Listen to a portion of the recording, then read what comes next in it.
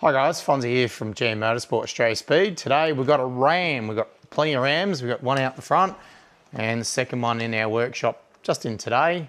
So we're definitely seeing all these come through, and shortly you'll see some with camshaft modifications and everything else along with the ZR2s. So this part is definitely coming up in our workshop.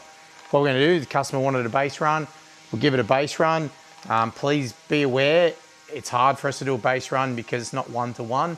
These are speed limited, you will see. Let's run it up, we'll show you.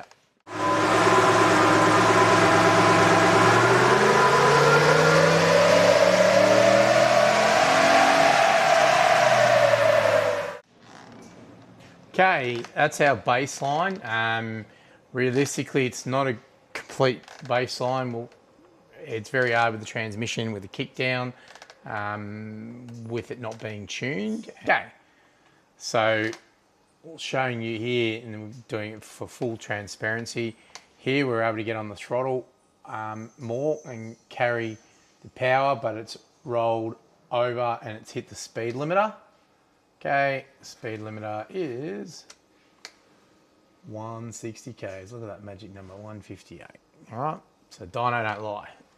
Now, what we're seeing here is because I didn't get on the throttle as much, rolled in, but showing a lot less power down there.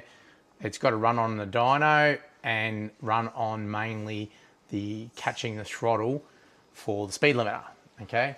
So it's not a really good comparison. So this one's probably going to be better for down low for testing on our exhaust and our packages, but ultimately we'll be better off, and it's hard with this car. We've got to unlock the ECU, do everything. It takes a lot.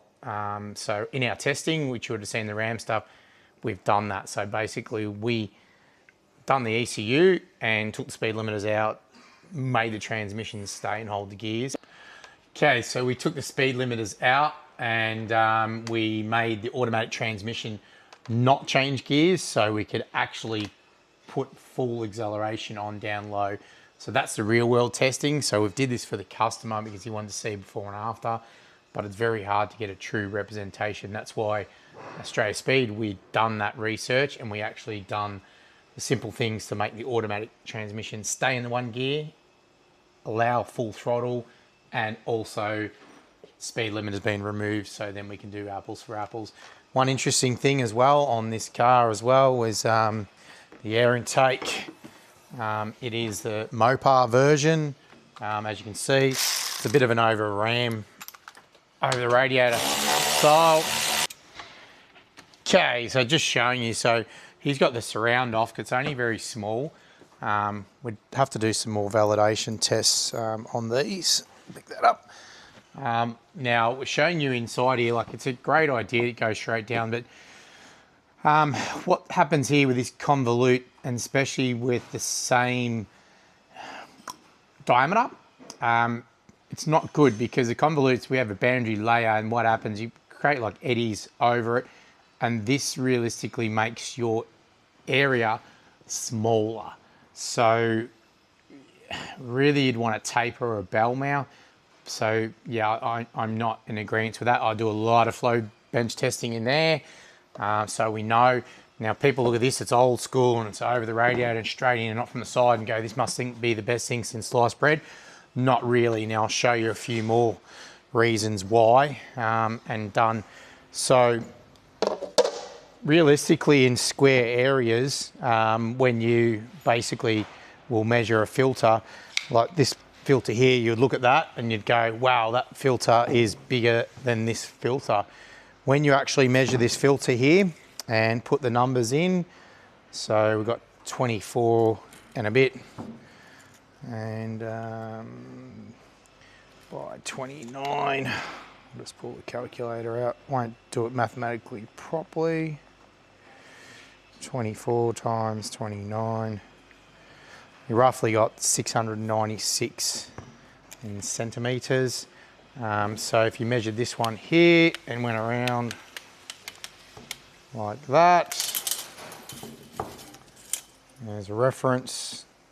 So you got roughly, so that number was 696, 125.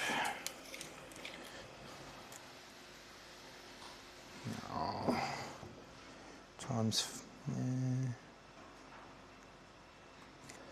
So 625 you've got in centimetres when you've worked that out, and compared to nearly 700. That's not the complete part as well, because you've got your pleat depth as well, and that's about 24. And this one is pretty big actually. It's around about 30 something. So basically you've got a lot more in the area of that. So this standard ramjet panel, okay, would actually flow more than this intake, and that's in a standard airbox. So then when you do the maths on this, and I won't bore you completely with it, but what you'll do is you'll measure this here, okay, there, then you'll go around like that. You'll add that up, you'll add that up. Once you add them two up, you divide it by 2, and then you times it by your actual length that we had. Now, when we did that before, that equals around about, and you're not going to believe it, nearly double the filter area of that, which is crazy, or that, and you really wouldn't think they're much different. So yeah, when you're looking at filters, a pod filter, and especially with a big tapered one like this, huge, it's got a lot of surface area as well. Ultimately, we can do the maths on it, and I just told you that this is nearly double the size of that, even though it doesn't look like it. We go in there and then we run it on the flow bench with the air boxes and really get an idea. So that's some of the behind the scenes that we do here at Australia Speed to actually get the customer the best air intake system that's available. Or we can tell you why, it looks great and looks old school and everything else, why it may not work. So they've also got a nasty elbow in these trucks, and it will be, this one has got realistically the electric motor, so it's a semi-hybrid, so that's in the way. That I know supercharger manufacturers had the similar problem, so you can't just plonk a 6.4 litre Hemi manifold on this for testing. We might be able to do it on the engine dyno in there at some stage, but realistically you've got an elbow on this manifold that comes up at a 90-degree angle.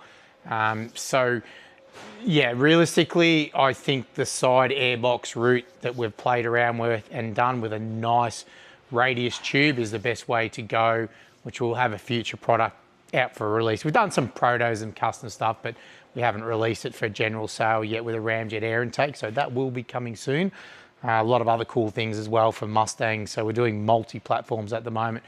All right, so we're going to take it off now. We're going to do 0 to 100 base, and then we're going to do obviously after as well. Bear in mind that it has got big 22-inch tires on it and big muddies, so realistically these tests are only relevant to this car because of that situation, but the 0 to 100 Ks will be relevant to the same tire package and everything else, so we know what we're getting before and after. So guys, if you've got a Ram, we already are tuning these, we already have the exhaust. You can drive it in, drive it out. Even if you're not in Victoria, we can, send us your ECU. We can do that. We can do the unlock. We can do everything that you need to get it going. And we also have some cats that will come out in the future that don't need basically a tune to make it work. Some people put their little diverters on and everything else. So we've got that all in stock now that you can run. Multiple options. Give the guys a call, or best, get on the website. We take a lot of calls. It's very hard. The website's very informative, so you can order a full Ram exhaust, and it really is worth getting. It makes a big difference. We're not snake oil salesmen. We like making products, and it makes it work, and it does. And luckily with this car, it's got enough scope in the torque management that it actually allows it to take full potential of the Ramjet tri-Y headers, which are stepped. So basically, get them. Don't even need a tune to make more power, and we'll show you some more in the next video.